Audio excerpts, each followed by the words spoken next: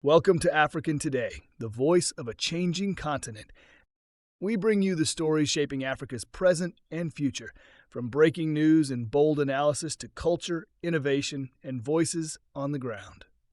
We're here to inform, inspire, and amplify the heartbeat of Africa every single day. Thank you for stopping by the channel. We hope you enjoy our video. Let's begin. Welcome back to the channel. What happens next? A search for independence for these African countries. Let's dig deeper. The political landscape of West Africa is undergoing a profound transformation, marked by the recent decision of Burkina Faso, Mali, and Niger to withdraw from the Economic Community of West African States, ECOWAS, and form the Alliance of Sahel States, AES. This bold move, celebrated by mass rallies across the three countries on January 28th, has sent shockwaves through the region, raising important questions about the future of regional cooperation, stability, and security. While these rallies displayed political affirmation, they also cast a shadow over the long-term implications for regional unity. This break from ECOWAS comes at a time of escalating instability in West Africa, where insecurity, humanitarian crises, and development challenges have become pervasive. The AES's decision to part ways with ECOWAS stems primarily from dissatisfaction with regional political practices and a desire to assert their path. Dr. Mohamed Abdullahi, a lecturer and development administration expert at the University of Maiduguri, Borno State in northeastern Nigeria, expressed concern about the growing complexities of regional stabilization in West Africa. He warned that the withdrawal could fragment collective efforts to address persistent challenges such as terrorism, economic dependence, and political instability. The withdrawal of these nations poses significant challenges, especially in the face of persistent threats such as terrorism, economic dependence, and political instability. Dr. Umar, who specializes in sustainable and resilient development, peace and conflict management in the Lake Chad region, told Hum Angle, "This move risks weakening collective efforts to address these issues and could lead to further fragmentation among West African states." Despite the AES's claim that its new confederation will strengthen regional security independently, critics argue that this division may only benefit armed groups operating in the porous Sahelian landscape.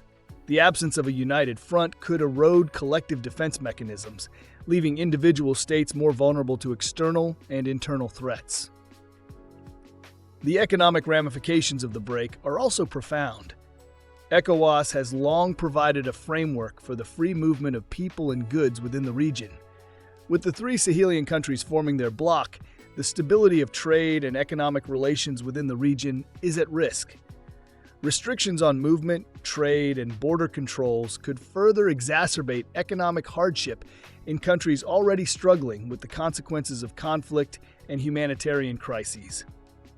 In response to the withdrawal, ECOWAS has reaffirmed its commitment to regional solidarity, pledging to minimize disruptions to citizens and businesses during the transition. While the political disengagement marks a significant shift within the bloc, ECOWAS has stressed the continued importance of socio-economic and humanitarian cooperation. A press statement released on January 29 reassured the public that ECOWAS would continue to recognize the national passports and identity cards of citizens from the three nations, and that trade and economic activities between the affected countries and other ECOWAS member states would remain governed by the ECOWAS Trade Liberalization Scheme. ECOWAS also emphasized that citizens of the three withdrawing countries would retain their visa-free movement rights, residence, and establishment privileges until further notice. Furthermore, the regional body set up a framework for continued dialogue with the governments of Burkina Faso, Mali, and Niger, aiming to mitigate confusion and disruption during this period of transition.